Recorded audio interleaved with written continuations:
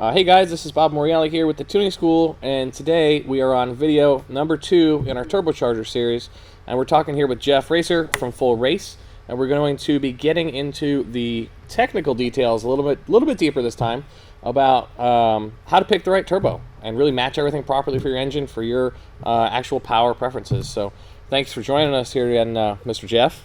Yeah, absolutely, man. Glad to be here. And I think this will be a good follow-up to our intro session we did last time. Absolutely. And so I would like to kind of start us off, just let everybody know what we're doing here. We're going to go and actually use an application. We have a 5-liter Mustang. It's a 2011 GT.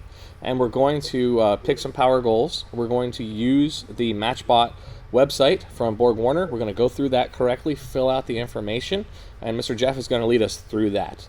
So, Jeff, why don't you go ahead and just start off where you'd like with that? So what Matchbot is it's a very simplified, almost dumbed-down version of what OEM engineers use when they're designing a turbocharged car. So when Ford says they're going to make 3 or 4 million F-150 EcoBoosts, they go to Borg Warner and they say, here's our engine, this is the specifics, this is what we want it to do, go design a turbo. Mm-hmm. And so they have very complex spreadsheets and algorithms that they use for that. And so what we did is we simplified everything as much as we could to create the Matchbot page. So guys who are doing aftermarket turbo matching can come 99.9% of the way that the guys doing the OE can do without having to have nearly as much time, effort, knowledge required to get the result. Sure. And so what Matchbot basically is it's a program operating in the background. It's a free website where you have to enter your engine displacement, your altitude, your max engine RPM, your boost targets, and a few other things: intercooler effectiveness, air filter effectiveness, your exhaust restriction, all these factors, and then it's going to give you out an output. And it's actually a calculated output. Cool. I just flipped over to it now. Takes a long time. I'm sorry, what was that? I just flipped over to it now, so the people watching, cool. They'll be able to kind of watch and follow along with what we're talking about here. Okay, so first thing we do is enter the Matchbot, and it's going to give you a screen that shows you this. Basically, it's a spreadsheet of inputs. I think we agree for this time we're actually going to do a twin turbo 5.0. Correct. I think that's a really cool motor. A lot of people might be interested in that. Not a lot of turbocharging is being done. So the first thing we do at the very top, take that single turbo, change it to twin turbo. Got it. Under that, change the 2 liter to 5.0 liters. Got it. It automatically, right next to it, will say 305 cubic inch. Man, that'll drive the Ford guys nuts. They got a 305. Come on. Yeah, it hurts the feelings. But it does. But it's a good motor. It's got some good cylinder heads. It does, absolutely. If only the old Chevy had that kind of heads. So next thing we got is altitude. So you're in Florida. Yep. You're obviously at sea level. What do you think is the highest altitude you might reach? Let's put 100 feet in. That'd be about the highest you'll ever get here in Florida. Okay, 100 feet. So we got twin turbo, 5 liter, 100-foot altitude, and 75-degree ambient. Sounds about right for today. Sure. Next, we're going to go to engine speed and RPM. Okay. So a 5-liter Coyote motor, let's call that a maximum engine speed of 8,000 RPM. Sounds good. We don't really care what. Well, I don't know. What do you want? Boost to 2,000? You can basically. You have 6 points. So you could do 3,000 to 8,000. You could do 2,000 to 8,000. You just kind of choose the engine speed, RPM points that you want. So okay. Well, I just took the very last column. I made it into 8,000. Okay, then make the one before it number 5, 7,000. The one before that, 6,000, 5,000, 4,000, 3,000. You got it. Don't do 3 to 8. That's a 5,000 RPM spread. Yeah, that's a good range. Okay, got it. Done. Next, we are looking at volumetric efficiency percentages. These are conservative percentages. They're for Coyote motor. It actually might be a little low, but for now, let's not even mess with these. This is most people don't know their VE, so we'll just guess on those and keep going. Okay. Boost pressure. I guess maybe we should do a pump gas. Sure. 5.0, running 10 pounds of boost. Sounds good. So what we got to do is you got to look at the column. So the first column is going to be 3,000, and your last column is going to be 8,000. Right. For 3,000 RPM, I would like to see 5 pounds of boost. Good. Okay, I've got a 5 there. All right. By 4,000, we should be at 10. Good. And that 10 should carry to red line. Okay, so keep the rest at 10. Yep. Okay. I'm just doing all this while you're doing it, too. Yep, absolutely. Make sure we have the same numbers showing up. Okay, intercooler effectiveness. Again, this is going to depend on a number of factors such as the intercooler core, position, design. We'll leave that one alone. Okay. And is it Pressure. pretty common? It sounds logical to me that as the RPMs rise and the airflow rises, your intercooler efficiency goes down. Yes, that's correct. Okay. Heat soak and things like that. Yeah, more airflow is going through it. It's unable to cool the larger volume like it can the smaller volume. Okay. Cool. Pressure drop, we'll leave that one alone. Okay. Air filter restriction, it's pretty conservative the way we have it set, and the key is a bigger air filter is less restrictive. It's as simple as that. Okay. Easy enough. So we'll leave that one alone. Muffler system back pressure, this is assuming an exhaust. It's going to have 2 psi pressure drop. That's, again, totally a guess. Okay. Most people don't know that. We'll leave that alone. But this is just basically saying this has an exhaust on it. It's not an open downpipe. Right. And turbine efficiency, we're going to touch that later. So basically what we got primarily was our turbo configuration is a twin turbo. Okay. Our displacement is 5 liters. Our altitude is 100 feet above sea level. We're worried about the RPM range between 3,000 RPM and 8,000 RPM. Pretty much everything else is a guess. Yep. But that's enough to get us really close in the ballpark. Okay. And then if someone has cams or headwork or huge intercooler, whatever it is, you can go tweak it. If you have race fuel or E85, you can turn the boost pressure up and get in the ballpark. So we're just gonna take these really conservative 5.0 inputs for now. Okay. Next thing, scroll down. Okay. Compressor match. Okay, at the bottom here, compressor match. Okay, so what you can see is all these red dots are on the map. You don't have any red dots to the far left, and you don't have any red dots to the far right. So that actually means a 70S75, that the default selection is not a bad choice at all. Okay. Now let's look at one extreme. So we're going to click on 62K80. That's the smallest turbo in the list. Okay. So what that turbo would give you is an instant spool up, restricted top end. Yep. But an absolute torque monster. And now you're getting that from how? Explain to the guys watching how you figured that out. Well, if you look at Compressor Match, the compressors are sized from smallest to biggest, basically, for EFR series, and then they're sized from smallest to biggest for AirWorks series. Okay. EFR means ball bearing with some exotic technologies. AirWorks is the more affordable journal bearing line with standard materials. AirWorks is considered more of a drag racer turbo. EFR is considered more of a road racer or drift or street type turbo with the exotic ball bearings. Okay. So what we're going to do right now, we're just going to play with the EFRs. Okay. We could easily do it with S200 later or whatever. But what I want to show you is if you choose the smallest of the EFRs, you'll see that 0.6 is off of the map. Yeah, point number 6 is off to the right side of the map. Yep. Yeah. And what that means is that turbo is going to be too small for 8,000 RPM on a 5-liter engine. Makes sense. You're out of the turbo will be overspinning. The back pressure will be very high. The housing will be restricted. You're probably going to be blowing the wastegate open. It's just not enough turbo for what we're trying to do, 10 psi at 8,000 RPM. However, it actually works great for a twin turbo if you're only revving to 7,000 RPM. Ah, understood. Or another thing we could do is we could do the same 5-liter, but we could do an old 5-liter motor.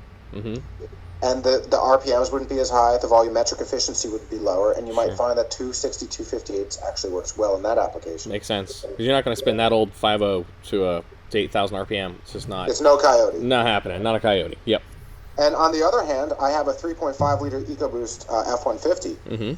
I'm running 2 of these 6258s on it, and that is a phenomenal match because it's only 3.5 liters. Ah, I understand. And even though I'm running 25 pounds of boost, it doesn't rev to 8,000 RPM. It revs to 6,800 RPM. Sure. And so every tweak that we're making here is going to affect how this compressor maps out. And really what we need to do is make the optimal match for what the customer is really going to use this car for. Okay. As a street car, a 6258 could rev out, create a great power band that doesn't necessarily rev out to redline real well, but it makes a huge area under the curve. So if you wanted to have something that's spooled like a supercharged 5.0 and makes the power like a supercharged 5.0 with the benefits of a turbo system, which would probably be a little more power and maybe even earlier spool, this would do it. Yep, it would absolutely. Now, let me ask you a question just so everybody watching can understand a little bit more about the island itself. What are you looking for here when you're looking at the map? And obviously we want all of our dots to be in the island area of the map and not off to the right like number 6. But is there a particular area where you would say, okay, number 3, for example, it's good, but it could be better if it was higher?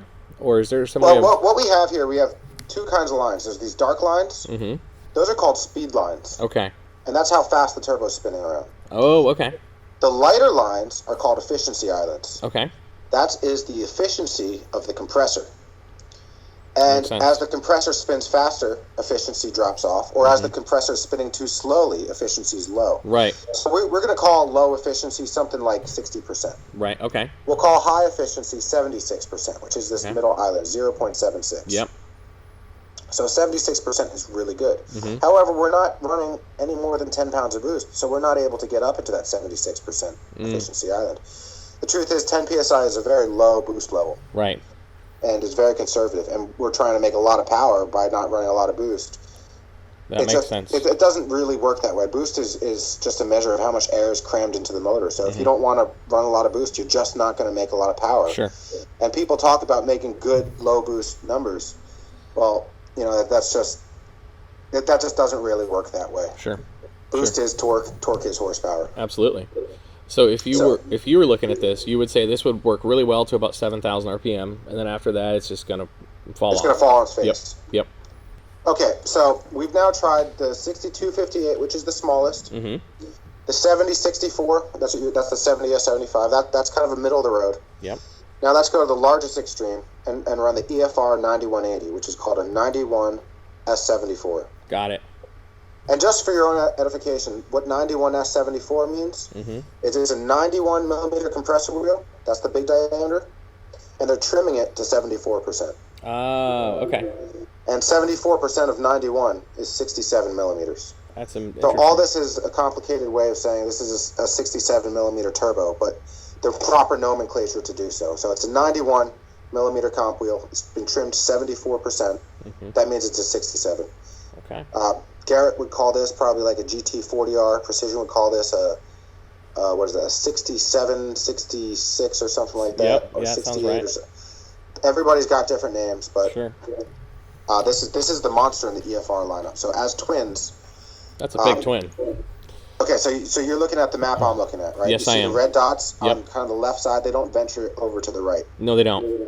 And that is, again, because this is a very large turbo for what we're doing with it. Oh, two very large turbos for what we're only running 10 pounds of boost. Sure. What's cool is we don't have any red dots to the left of the map. If we tried to get more aggressive, we could. So point number one, at 3,000 RPM, we're only running 5 pounds of boost right now. Right. If we put that at 10 pounds of boost, you're going to find that point is going to go up. Sure. You're welcome to do that right now. Maybe we'll just do that. So go up to 3,000 RPM, change your 5 to a 10. Got it. So now it's 10 PSI across the board for every single point. We'll now see that point number one is off the map. Hang on 1 second here. Match not possible for point 1. Yep. Is that okay? That's fine. Because down up here, I'm no longer on the map. I understand. We are now off the map, so this is called operating in turbocharger surge. Understood. And what that means is the turbos are actually cramming more air into the engine than the engine can actually ingest. Okay. And so you'll get a real choppy signal. Sure. It just means it's too much turbo for the application. Okay. We know that because these are really 900 to 1,000 horsepower capable crank horsepower per turbo. Sure. And it doesn't make any sense to put 2,000 horsepower turbos on an engine that's only going to see 10 pounds of boost. No, not going to work. But this is the extreme Okay. opposite. So let's go back. Let's play around with the... well, what do you want to do? Are we building a road race car? Are we building a drag race car? I think most people are more like street, and occasionally they'll drag race or road race. A street car that's occasional drag race, road race. All right, well, let's... we're going to pick my favorite turbo. Okay. Called the EFR 7163, and its combination is 71X80. Mm-hmm. What that means is it's a 71 millimeter compressor that's been trimmed to 80%. Okay. Every single Indy car runs 2 of these things. Every Chevy, every Honda, everybody. Really? If you're Indy car racing, this is your twins, and it happens to map out really nicely on this motor. If I was building myself a 5.0 twin turbo, this is what I would choose, and I'm a street/road race / maybe occasional drag race kind of guy. Yep. Yep, I'm the same way. But this is cool because it's all pretty much there.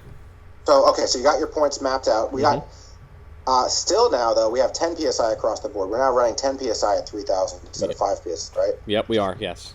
And now we have red dots basically in a line going all the way across the map, and point number 3, Mm-hmm. which is your 5,000 RPM point, is right up on the 74% island. Yep. So you're probably at 73%. So that we're running right to the mid 70s in efficiency. Right. And we're not quite running it off the map, so there's still room. So say you wanted to run like 15 pounds of boost or something like that later on, if you did a built motor, Sure.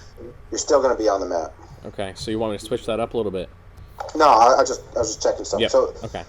that's the compressor that we've selected for Sure. our 5.0 Mustang road racing street occasional drag race. Sure. Now we have to click on the bar and minimize that one. Okay, click on the bar. What do you mean? It says compressor map. Click to Oh, I'm expand sorry. I / misunderstood collapse. you. Yeah, okay. I can do So that. collapse everything except for turbine map. Okay, collapse. Got that. That's out. One more, and I'll get them out of the way. Okay, just a moment. All right, we are good to go here. I see the turbine map now. Turbine sizing selector. So now what we've done is we've inputted what we think we want. Mm-hmm. We've agreed on what the application is, and we've chosen a compressor. Mm-hmm. Obviously, choosing the compressor, you can look at all these points, but really the best thing to do is talk to someone who has experience with these things, because you can get close and you can put a great map together, but you might find someone like me who's like, hey, that 70S75 is a great turbo, but Right. the 71X80 will blow it out of the water, and Right. they're almost identical. Right. And that's kind of where the tribal knowledge and experience comes in. Sure. So now that we've selected that turbo, we now have to look at the turbine sizing selector and adjust our inputs to match that particular turbo. Okay. On the compressor map, we talked about 71X80. Mm-hmm. That means it's an EFR 7163. Yep. 71 is the compressor, 63 is the turbine. Mm-hmm. So what we have to do under turbine sizing selector is look at the numbers and see where it says 63 millimeter, 0.85 AR. I see it. And again, that's a little bit tricky. You know, if you're new to this stuff, you're not going to know that the Yep. 63 millimeter, 0.85 AR is the one to do. But that's where someone like me or Full Race, where you can call us, Sure. tell us what you're doing, and we'll say, oh, that's the one you need. This is what you need. Yeah, you don't know it until you know it. Yep. And once you can get that input solved in this particular sizing selector, it makes a lot more sense. So what we have to do is, above this, on the input section, Mm-hmm. there's a row called Turbine Expansion Ratio. Okay, I see that. Now, before I go there, you want to put that 10 back to a 5 so we can get rid of this little warning? No, just leave it alone, because Leave- we're going to fix that in Turbine Match. Well, that's what we're doing right now. Excellent. Okay, cool. So I'm there now. Yes. Turbine Expansion Ratio Mhm. is actually figuring out how much work the wastegates are doing. And this is a complex thing that we just took all the work out of for you by Okay. simply using a plus and a minus. Cool. What we have to do is we have to guess on numbers, and then you use plus and minus to dial them in. Okay. This is actually explained really well in the YouTube videos at the bottom of this page. So if anybody's doing this at home, you're probably going to get confused and get lost here. The YouTube page is Right probably here. a better explanation than I'm going to give you for this. But Yep.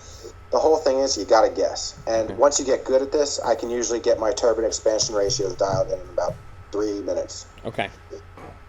First thing, it says 1.18. That's just a total guess. Let's just put a 2 there and see what happens. Okay. Now your number 1 is on the map. Your error went away. Yeah, it did. Yep. The problem is number 1 is too far down on the map. Okay. let me- 2 was too great of a number. So Oh, try yeah. bumping that back to like a 1.5. Where does that get you? Okay. Let me just adjust the screen so we can see it all. Hang on a second. Okay, 1.5. Got it. Okay, it moved us right onto the lower line. Right, and that's a 58 millimeter, 0.64, which is too small for the turbo that we're using. That's the first turbo that I showed you that Yes. I said would be great if you didn't care about power up top. Yes. So that's too small of a turbine. So you have to hit the minus button and back it down until you see it line up on the 4th line. Okay. All right, we are on it now. You're on the 4th line. Yep, I got a 1.43. Perfect. That's exactly where I am. Next one, we move over to the next line, which is point number 2, your 4,000 RPM point. Yep. Yep. So let's put that one at 1.5 and see how it ends up. Okay, I'm moving it down. 1.5 is close. But not on it. Say that again? It's close, but it's not on the line. No, it's on the line above it.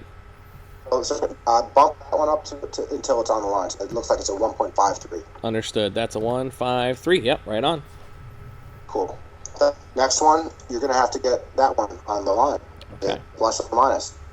So you just do the rest of them and tell me where you end up, and I'll tell you what I'm seeing. We're trying to pretty much stay on that line of a 85 AR 63 millimeter, right on that black line.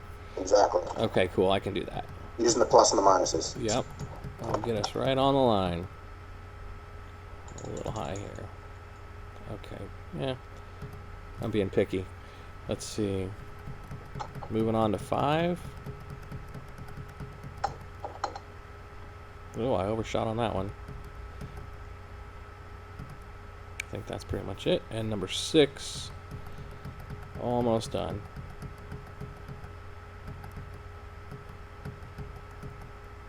It's a little goofy, but if you had any idea how hard it is to do this in the other way, I believe you. It's so much easier to use a plus and a minus. I totally believe you, man. I'm all about the simplicity. Cool. So yeah, I've got them all on the line now. Great. So now we have selected our turbine wheel, which is the match for the compressor wheel. So we've selected a 63 millimeter turbine and a 0.85 AR, which is that's exactly what I would have wanted to do from the get-go. So cool. All our inputs are in place. We've selected a compressor. We've selected a turbine, and now we're going to look at what to expect. So click on Calculated Outputs. Okay, right here, Calculated Outputs. You'll see engine power, engine torque. I see them. And that is pretty damn close to what you're going to get out of this motor. Okay. It shows horsepower for 3,000 RPM, 4,000 RPM, all that, torque. So, we're going to max out at 854 crank horsepower. Yep. And somewhere around 630 crank torque. Right back here. Yep, absolutely. And of course, there's many variations here depending on altitude and muffler back pressure and air filter restriction, intercooler effectiveness, all these things we guessed on. Sure. So I'm going to tell you what, you're probably going to be within 3 to 5% with all these guesses. Well, that's like 95% better than most people's first tries. Yeah, exactly. And if you actually take the time to go back and revisit this and get your numbers set up and you know what your combination is doing, it can help. I don't do very many 5.0 twin turbos now, but I absolutely could. Sure. It's just that most of our customers who come to us are either import guys or EcoBoost guys. Sure. Let me ask you a question just to clarify for the guys watching. When I'm going to go back down a little bit to the turbine sizing selector, and I think the question that the guys would have is, how did we know that a 64 millimeter, to try and hit that line? How did we know to try and hit that line?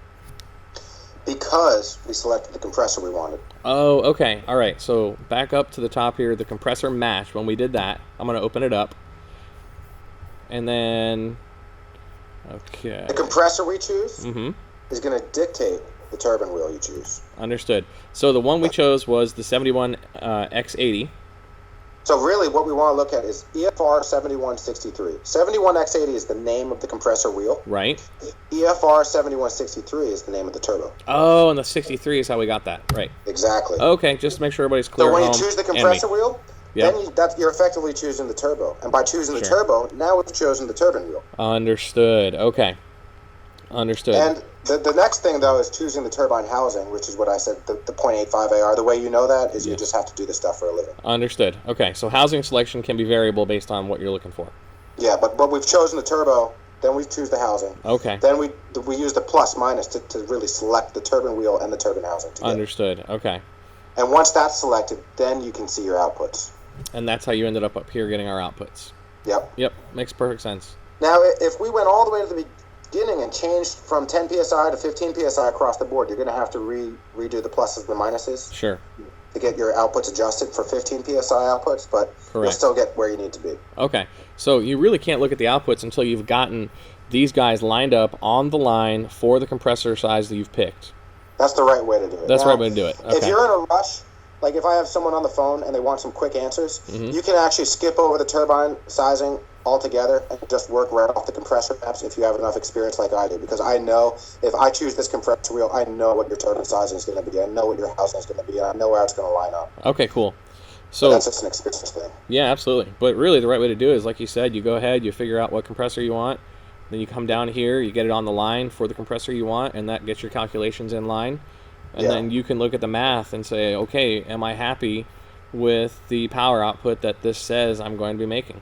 Exactly. And then that'll tell you exactly, okay, this is great, or I need to run more boost, or I need to change to a bigger turbo or a smaller turbo, depending on what your goals are. So the thing that this carries out to, the most technical part of all this, we'll finish up with, I think, this, is that turbine match outputs, which is just beneath engine power, engine torque.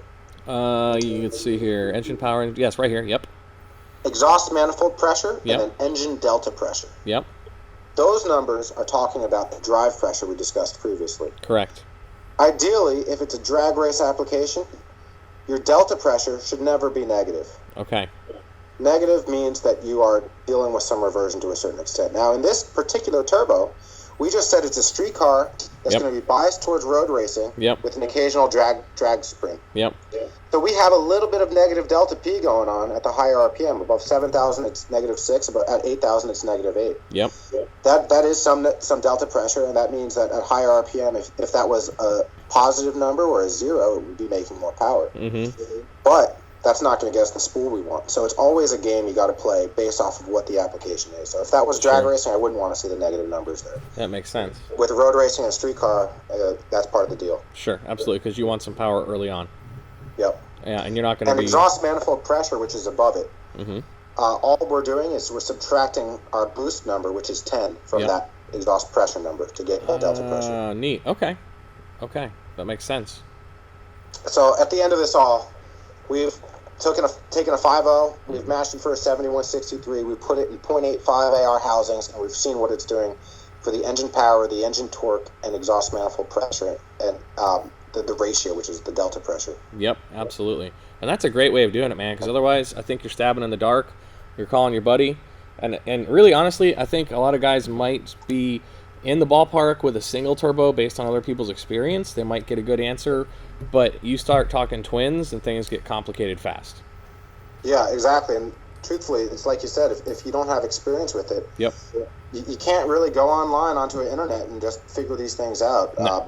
That's what we do for a living. That's why we're BorgWarner's biggest performance distributor, because this is what we do day in and day out. Absolutely. Well, Mr. Jeff, thank you for spending your time with us this afternoon. Cool, Bob. Happy to help, man. We appreciate your expertise, and if anybody watching has any questions, I'm sure that you guys would be more than happy to talk with them and give them some recommendations on turbos. Yeah, give us a call at Full Race. Our website is full-race.com. You can email us, tech@fullrace.com. Whatever you got, just shoot it over to us, and we'll give you the best input we can. Awesome, man. We really appreciate it. Have yourself a great day. Thanks so much. Great. Thank you. Take care. Bye-bye. Bye-bye.